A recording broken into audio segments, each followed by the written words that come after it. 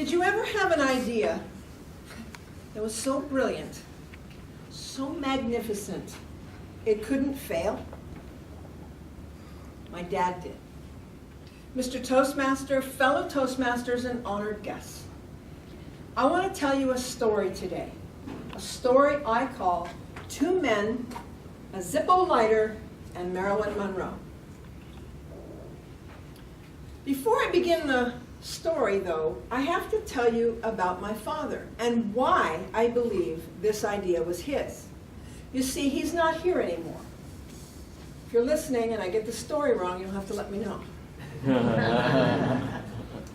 In 1962, my father worked for the Los Angeles Herald-Examiner, a newspaper, one of two newspapers in LA, with his best friend on graveyard shift.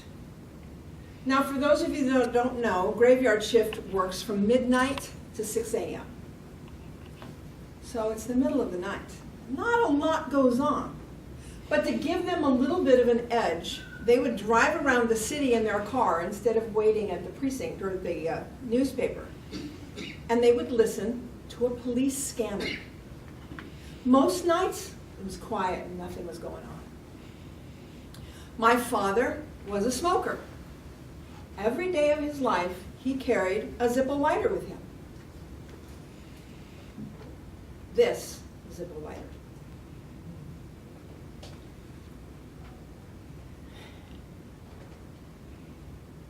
My father was a baby-faced, young-looking man. He had a way of talking to people that would put them at ease. They would tell him things. He made them feel comfortable, probably because he looked like a very young boy, even though he wasn't. He was a father of 3. I was number 2. So he could talk his way into things. His partner, Bud Gray, was the photographer in the team. So they'd go out, Bud would take the pictures, and my dad would write the stories. Lots of fun. So in August, on the 5th of August, 1962, they're riding around LA in the middle of the night. It's around 3:30, 4 o'clock in the morning, and they start hearing the scanner chatter. And what they're hearing is the police are being dispatched to Marilyn Monroe's home in Brentwood. Marilyn Monroe has been found dead. Now, my father was smart. I always knew that. And in this case, he conceived an idea right then that would take them to a story that was famous for a lot of years. In fact, my family and my associated family, Bud Gray's family, we all talk about it all the time, every time we're together. Remember that.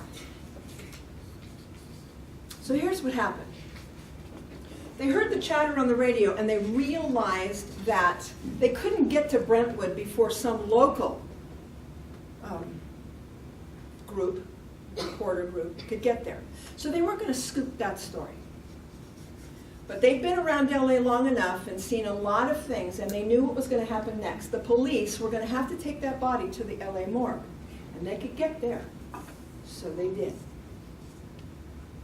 So here's what happened. 2 men walked into the Los Angeles morgue. My father, as he always did, started playing with his Zippo lighter. They introduced themselves. I'm James Denyer with the LA Herald-Examiner, and this is the photographer, partner of mine, Bud Gray. We heard you brought the body of Marilyn Monroe into the morgue. The woman behind the chair said, yes, that's all I can tell you. I can't tell you any more. That's it. Remember me telling you my dad could talk his way into things? Somehow, some way, and that's the part of the story I don't know, so we can just fill in the gaps. He's noodling with his cider. He talked his way in to see where Marilyn Monroe was, to verify that she was really here, that she wasn't somewhere else. Bud Gray was a photographer, and the morgue attendant was concerned. She told him, she warned him, you can't take pictures in here, that's against the rules. He goes, I don't have a camera with me. She says, okay. She takes him back.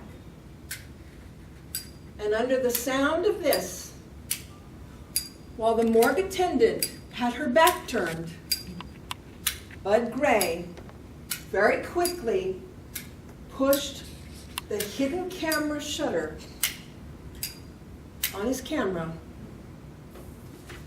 And the next day, the Herald Examiner ran a story on the front page with a photograph from the LA morgue. Wow. Marilyn Monroe, coroner's case 81128. Far from the bright lights of Hollywood, the body of Marilyn Monroe is shown in grim surroundings of Los Angeles County morgue. She was coroner's case 81128 in crypt 33 at the morgue. This photo was taken with a hidden camera as an attendant replaced the sheet on Marilyn's body and returned it to the stainless steel drawer crypt. Mr. Toastmaster. Wow.